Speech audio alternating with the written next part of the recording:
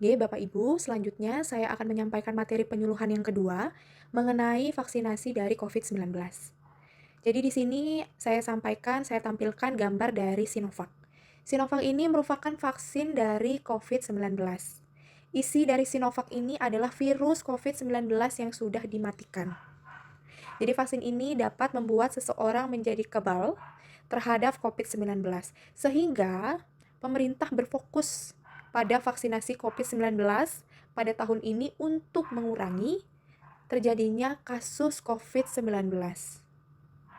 Nah, Bapak Ibu pasti bertanya, kenapa pemerintah melakukan proses vaksinasi?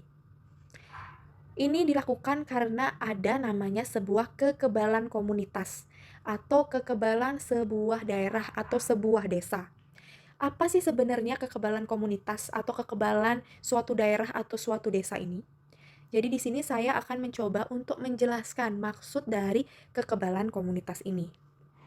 Di sini saya akan menjelaskan dengan sebuah gambar Bapak Ibu. Jadi di sini ada gambar bulat-bulat warna biru. Gambar bulat-bulat warna biru ini sekarang kita andaikan adalah masyarakat di Desa Kerambitan. Jadi kita gambarkan bulat-bulat biru ini adalah masyarakat di Desa Kerambitan yang belum divaksin. Jadi masih sangat berisiko untuk terkena COVID-19. Kemudian, setelah bulat-bulat warna biru ini sebagai masyarakat Desa Kerambitan yang belum divaksin, kemudian ada bulat warna merah. Bulat warna merah ini menggambarkan adalah orang yang terinfeksi atau mengalami COVID-19. Jadi, Bapak Ibu ketahui bahwa tahun 2020 kasus di Desa Kerambitan mengenai COVID-19 ini sudah mengenai 145 orang dan jumlahnya semakin terus meningkat. Nah, kembali seperti yang sudah saya jelaskan sebelumnya, bulat warna merah ini kita ibaratkan sebagai orang yang sudah terkena COVID-19. Nah, orang yang sudah terkena COVID-19 ini, misalnya dia masih bengkung, masih bandel, tidak bisa diberitahu untuk mengikuti protokol kesehatan karena dirinya sudah terkena COVID-19 tapi tetap bengkung, tidak mau diisolasi, tidak mau melakukan protokol kesehatan, maka dia akan bisa menularkan lagi ke warga yang lainnya, sehingga warga lainnya bisa terkena virus corona. Terus meneruslah virus corona ini akan mengenai warga yang lainnya. Anaknya bapak pergi ke rumah teman-temannya kena virus corona juga. Istrinya bapak belanja ke pasar tidak pakai masker, tidak mengikuti protokol, kena juga orang-orang yang ada di pasar. Sehingga terus-menerus kejadiannya akan meningkat dan tanpa disengaja dan tanpa diketahui.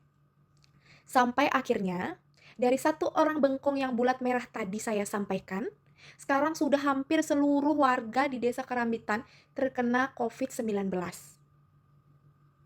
Kenapa ini bisa terjadi? Seperti yang sudah saya jelaskan, karena tidak adanya kekebalan komunitas atau kekebalan suatu daerah terhadap COVID-19. Nah, maka dari itu pemerintah melakukan sebuah program vaksinasi untuk membuat kekebalan komunitas tersebut. Sekarang saya berikan sebuah simulasi baru atau sebuah gambaran baru Bapak Ibu mengenai program vaksinasi ini. Jadi, tadi ada warna biru, warna yang kita gambarkan sebagai warga yang belum vaksinasi. Jadi sangat masih tinggi rentan untuk terkena virus corona. Kemudian warna bulat merah, warga yang sudah terinfeksi COVID-19. Dan sekarang saya gambarkan warna bulat hijau, di mana bulat hijau ini menggambarkan adanya orang yang sudah divaksinasi COVID-19. Misalkan pada 2 bulan ini, pemerintah memberikan vaksin kepada Puskesmas Kerambitan 1. Puskesmas Kerambitan 1 ditugaskan untuk memberikan vaksinasi kepada seluruh warga di Desa Kerambitan. Nah, selama proses vaksinasi pasti ada pro dan kontra. Ada masyarakat yang mau divaksin, ada masyarakat yang tidak mau divaksin. Namun, ternyata masyarakat yang divaksin lebih banyak dibandingkan yang tidak divaksin. Ternyata masyarakat yang divaksin banyak yang mau divaksin, sedangkan yang nggak mau divaksin ini lebih sedikit. Nah, terus ternyata apa yang terjadi akibat sudah dilakukan vaksinasi ini? Saya berikan sebuah ilustrasi ya Bapak Ibu. Jadi, misalnya Bapak saat ini punya sebuah keluarga. Di rumah Bapak ada anak dan juga istri. Tapi anak sama anak dan istri Bapak ini sudah divaksin, tapi Bapak belum divaksin. Bapak tidak tahu diri Bapak ternyata mengalami atau membawa virus corona. Tapi ketika Bapak pulang ke rumah, berbincang dengan istri dan anak, virusnya ini tidak bisa masuk ke dalam tubuh istri dan anak Bapak karena sudah divaksin. Anak dan istri Bapak sudah kebal dengan virus corona tersebut. Jadi virus yang Bapak bawa ke rumah ini tidak bisa menularkan ke anak dan istri Bapak, sehingga penyebarannya berhenti saat itu juga. Tidak ada lagi orang yang terkena virus COVID-19 di rumah tersebut. Kemudian, misalkan besoknya ada teman Bapak ini yang bengkong, tidak mau ikut protokol kesehatan, datang ke rumahnya Bapak main. Tapi di rumahnya Bapak semuanya sudah divaksin COVID-19. Apa yang akan terjadi? COVID-nya tidak akan bisa mengenai istri, bapak, dan juga anak-anak karena sudah divaksin, sehingga sudah kebal dengan virus corona ini. Sehingga tidak ada orang lain atau tidak ada orang lagi yang mengalami atau terkena COVID-19 ini, COVID-19 ini. Tidak ada lagi yang tiba-tiba sakit karena COVID-19 ini karena sudah divaksin. Nah, itu yang dimaksud dengan kekebalan komunitas. Jadi yang bisa saya sampaikan adalah tidak bisa hanya satu orang saja atau dua orang saja yang divaksin. Tapi harus semua orang divaksin COVID-19. Tujuannya agar semua orang terlindungi dan orang-orang yang tidak terlindungi oleh COVID, oleh vaksin karena suatu hal, ini bisa terlindungi karena kita-kita yang sudah, karena Bapak Ibu yang sudah divaksinasi COVID-19.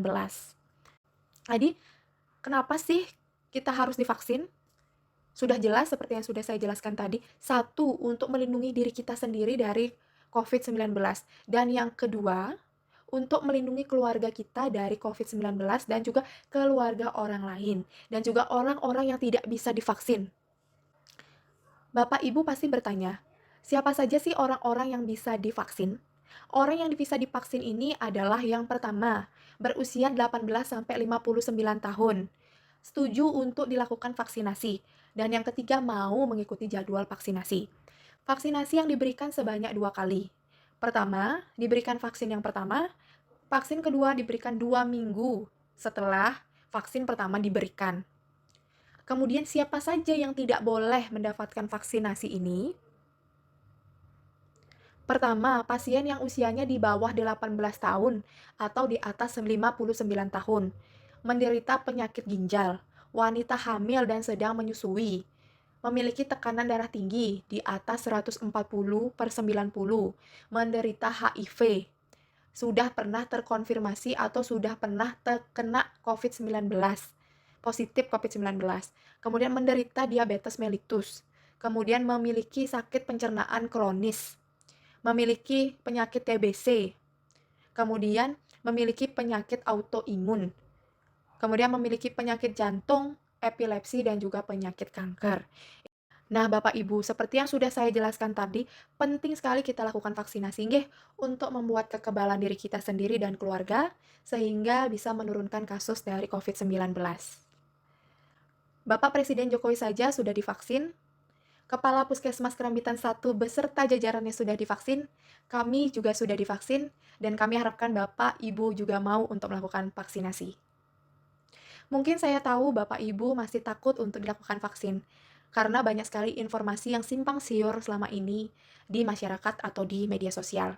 Namun perlu diketahui Bapak Ibu, bahwa efek samping yang dihasilkan dari COVID-19 ini sangat ringan. Saya sudah dilakukan vaksinasi, dan keluhannya hanya nyeri pada tempat penusukan, dan itu sudah hilang dalam waktu 1 jam setelah vaksinasi. Dan keluhan efek samping lainnya yang saya tanyakan kepada pegawai-pegawai puskesmas yang sudah melakukan vaksinasi hanya mengeluhkan nyeri di tempat penyuntikan, kemudian merasa sedikit pegal-pegal, tanpa keluhan yang lainnya. Jadi Bapak Ibu jangan takut untuk dilakukan vaksinasi, karena dengan vaksinasi ini kita mampu menurunkan penularan kasus COVID-19. Dengan menurunnya kasus COVID-19, maka akan meningkatkan perekonomian dari kita sendiri, perekonomian khususnya di Bali, sehingga semua masyarakat bisa kembali hidup seperti sedia kala.